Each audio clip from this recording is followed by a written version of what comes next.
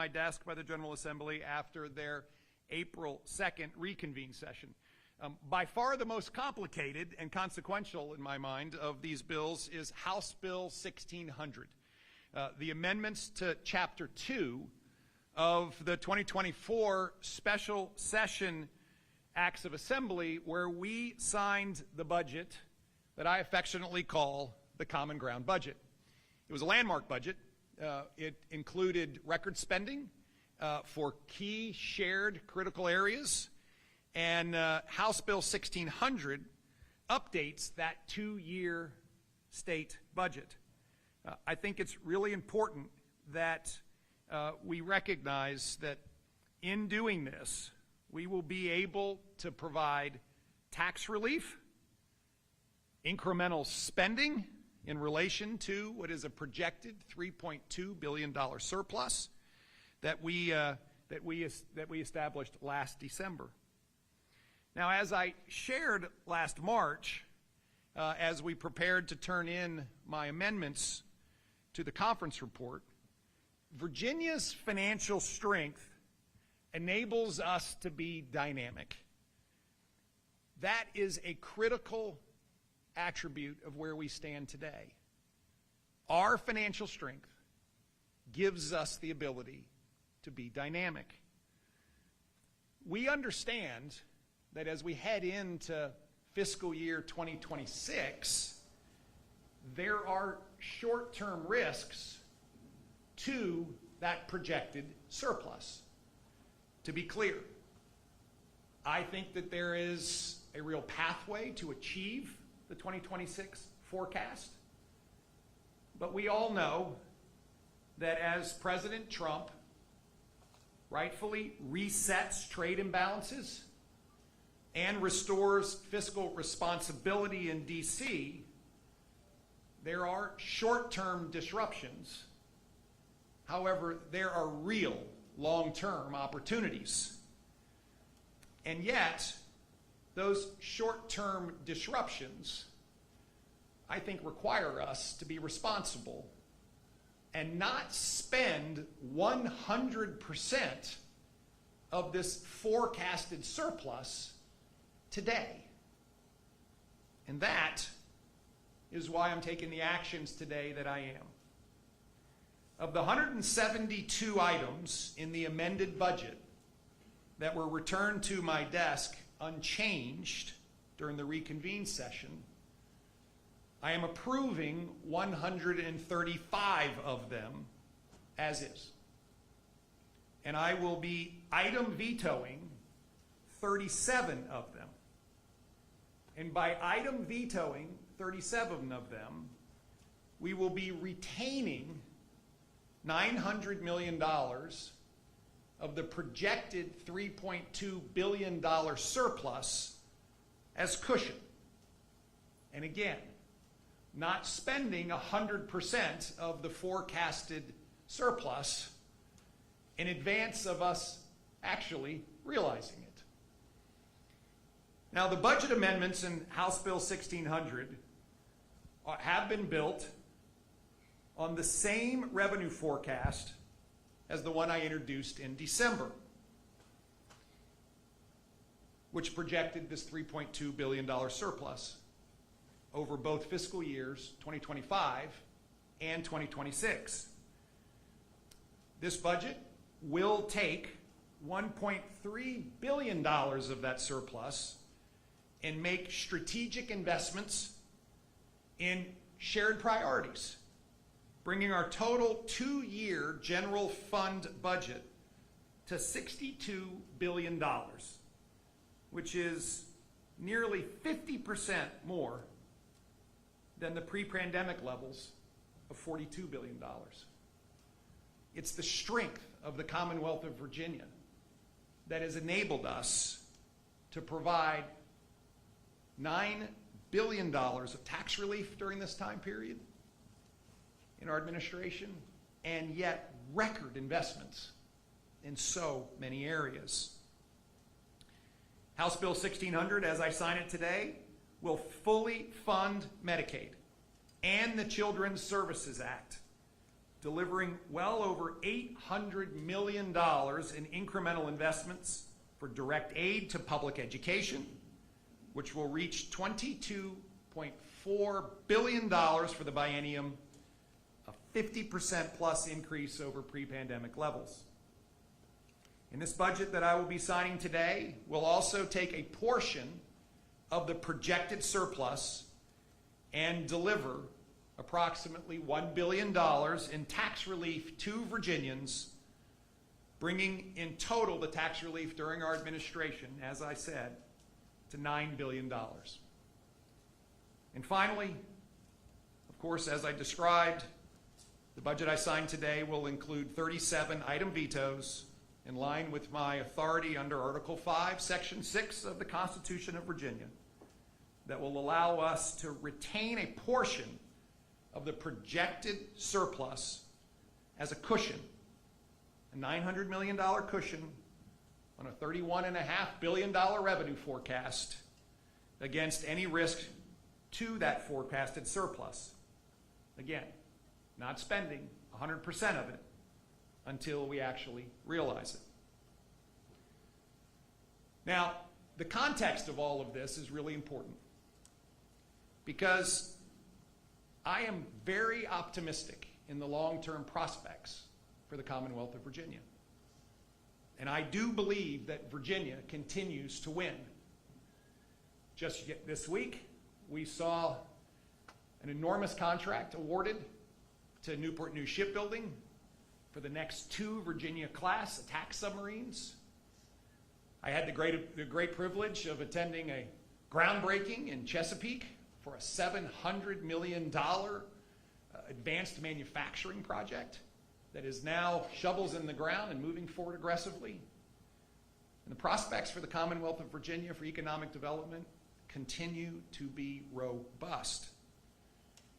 However, as we know, the President's actions to reset fiscal spending and to reset unbalanced trade relationships are expected to have some impact in the near term on not only the Virginia workforce, but also, therefore, the revenues that we collect. And therefore, this is prudent, sound budgeting, putting the Commonwealth in a strong, dynamic position to maintain our AAA bond rating, to adapt to these potential, although not yet realized, risks to the forecast in the short term, and be in a position to take advantage of strong growth opportunities that we anticipate in the long term. I've said it before and I'll say it again, that Virginia's strong financial and economic position gives us the chance to do these 3 important things. Return money to taxpayers, increase funding for the priorities that we all share, and maintain a dynamic position for continued future growth through prudent, responsible financial management. Now, to understand the importance of this action, I'm going to take everybody on a little journey, keeping our eyes on both spending and forecasting. So in December, we projected a $3.2 billion surplus over the existing forecast, $2.1 billion in fiscal year 2025 and $1.1 billion in 2026. That projection was based on actual performance and I think very responsible forecasting. And so when I proposed a plan in December to the General Assembly, it included $1.1 billion in tax relief and $2.1 billion in new investments supported by that surplus, an amount that was on top of what was already agreed in the Common Ground budget, which took us to record levels. By March, the General Assembly had come back with their own budget changes, and it included $1 billion in tax relief, different format, but we agreed on that, and $2.2 billion in new spending supported by the forecasted surplus. They also made some choices that raised some concerns because they substantially increased ongoing spending into the future biennium.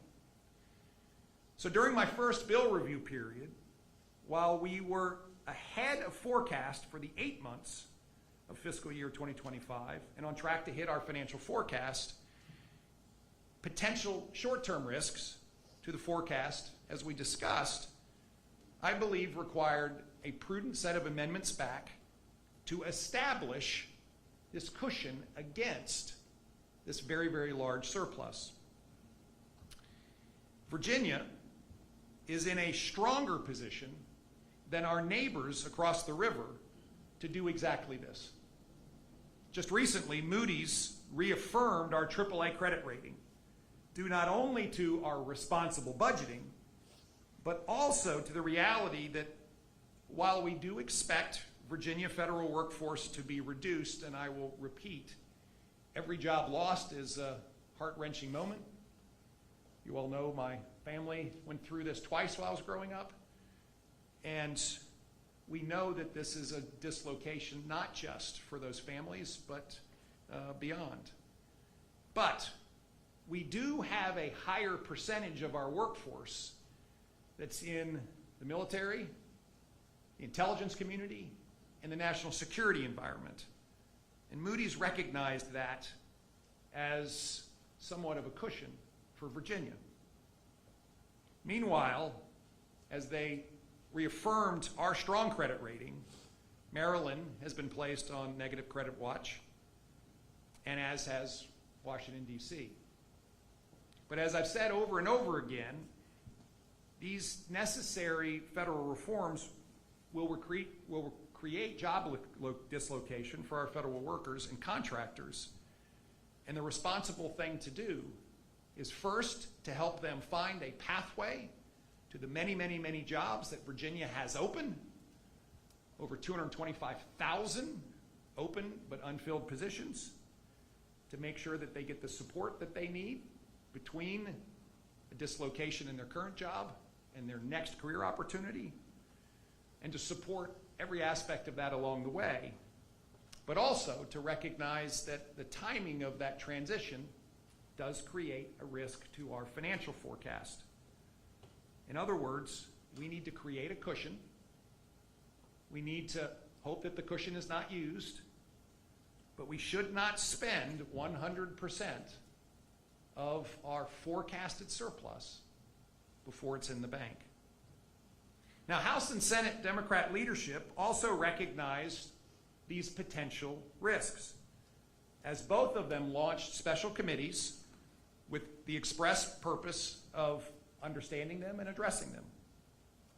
This is why I was surprised that they rejected so many of my reasonable amendments, which just reduced the level but maintained so many of their introduced amendments.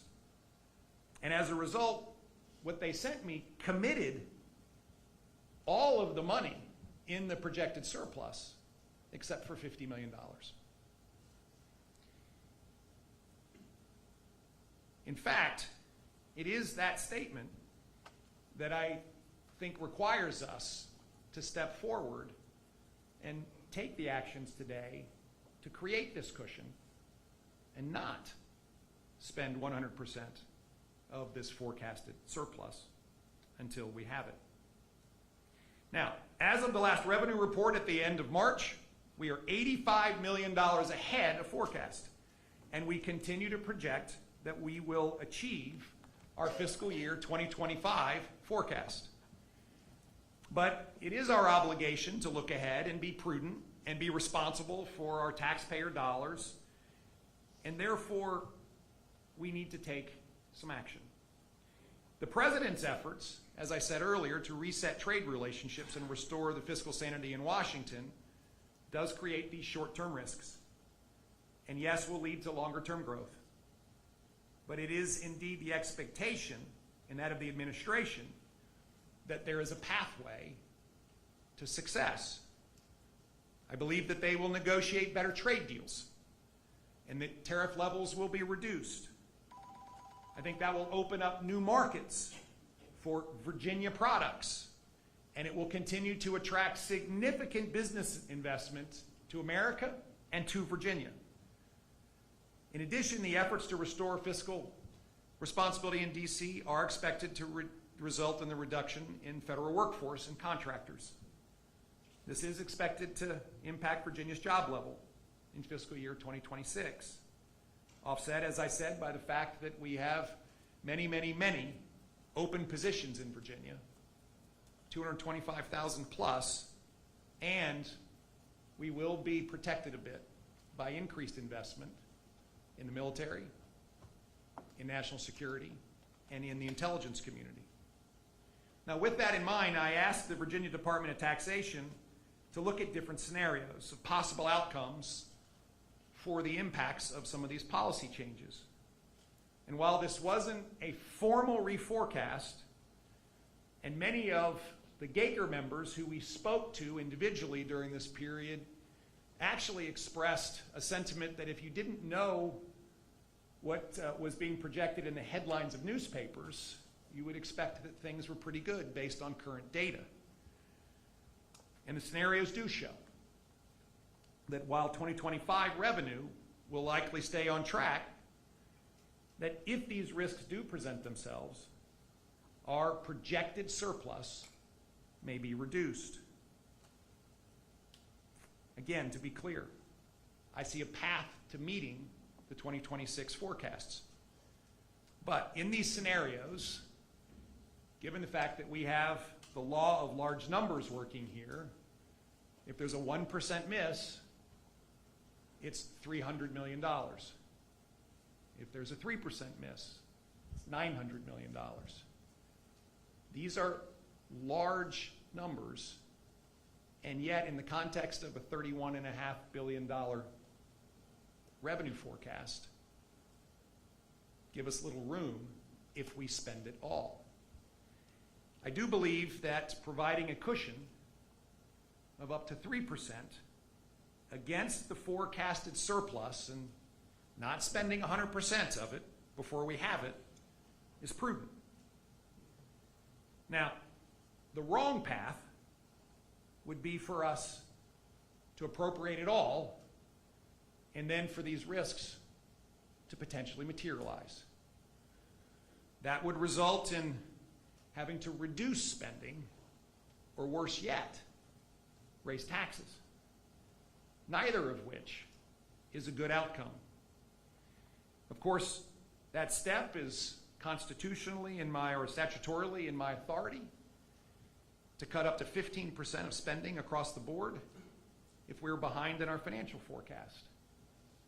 And I believe that is absolutely the wrong way to go for the Commonwealth of Virginia.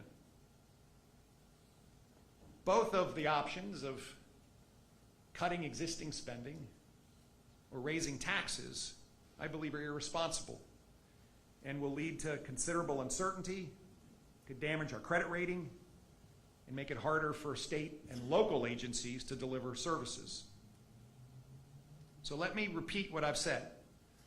Because we take our collective financial responsibility to the taxpayers very, very strongly, I just want to be clear. We are creating cushion against a forecasted surplus, and yet we are investing an extraordinary amount more than the base Chapter 2 budget, the Common Ground budget, and we are able to provide $1 billion of tax relief. Now, of the $900 million of cushion that we are creating against this forecasted surplus, about $691 million of it comes from one-time capital projects that were being appropriated in fiscal year 2025. The vast majority of these projects are for public colleges and universities. All of them, there's 10, are in the process of planning.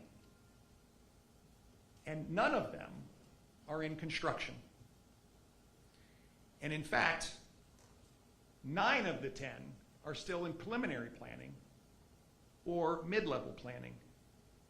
And to be honest, my assessment of digging into each one of these individual projects is that this action today will not impair the timing of their planned construction. And in fact, there's work to be done before they could even get there. There is a substantial number, $3.2 billion, of higher ed capital projects already underway, and only $500 million of that appropriated amount has actually been drawn down, leaving a substantial amount of money yet to be deployed in already appropriated projects. I do think that it would be prudent for us not to pile on another $670-odd million into the appropriated but not needed funding balances today. I also want to be perfectly clear that these projects are good projects. They should be funded. And we are providing the General Assembly the opportunity in January to pick them back up. And they will be able to use either cash resources or bonding in order to make sure that these projects continue on their current timeline. In close, let me be perfectly clear. This budget today delivers incredibly important results for Virginians. Of the forecasted surplus, there's $1 billion of tax relief. There's $900 million of the surplus that we're just retaining as a temporary cushion to keep Virginia in its incredibly strong financial position. And that leaves $1.3 billion of the forecasted surplus, coupled with $2.9 billion that we are carrying over from the previous biennium, to support record investment levels in our most important shared priorities and sacred commitments. For healthcare, this budget provides $825.9 million, over $686 million for Medicaid, $100 million for the Children's Services Act, $25 million for drinking water infrastructure, and over $12 million in investments in maternal health.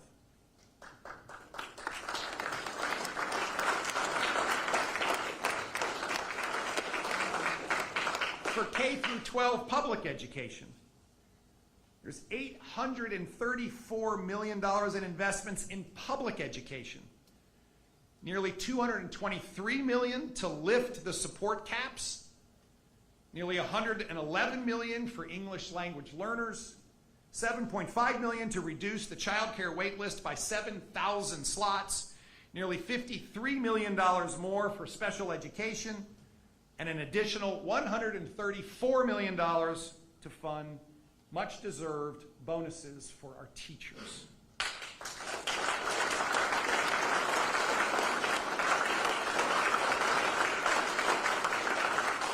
For higher ed, building on the $1 billion of investment in Chapter 2 with an additional $235 million over the biennium.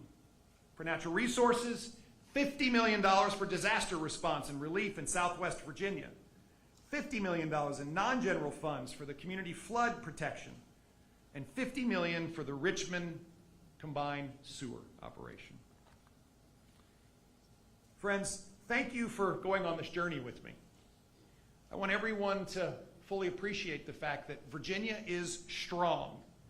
Virginia is dynamic, and it is that strength that enables us to do exactly what we're talking about today, to substantially increase investment in these most important priorities, to provide $1 billion of tax relief for Virginians on top of the $8 billion that has already been in motion during our administration, but also to recognize that prudent budgeting requires us to not spend all of our forecasted reserve until we have realized it. We are America's top state for business. We have over $100 billion in capital investment for new and expanding businesses already committed. There's over 267,000 more Virginians working today than when we started, and that $100+ billion of capital commitment underpins another 70,000 jobs that will materialize in the future. We've broken through our goal for 10,000 startups, and now we're at 15,000 high-growth startups in the Commonwealth of Virginia. We stand here with record levels of rainy day reserves. And yes, $9 billion in tax relief, record-setting education investment. Just this week, the announcement that we've had a 44% year-over-year drop in fentanyl deaths to lead the nation in reducing overdose deaths.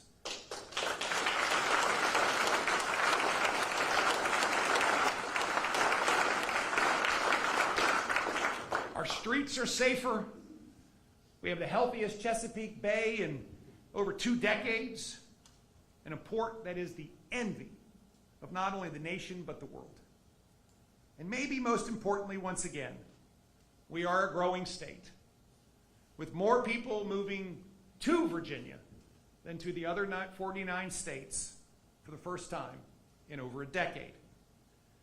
We are strong, we are dynamic, and we are winning together. And I am honored and humbled that the people of Virginia hired me to the best job in the world, to work with so many extraordinary people on behalf of 8.8 million bosses to unleash opportunity and prosperity in this great Commonwealth of Virginia. And so thank you very much. May God bless you, and may He continue to bless our great Commonwealth. Thank you.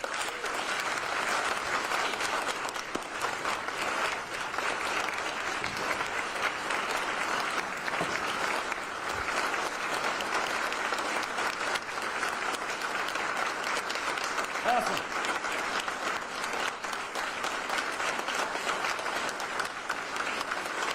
So, guess what time it is? Time to go to work. Here we go. Thank you all very much.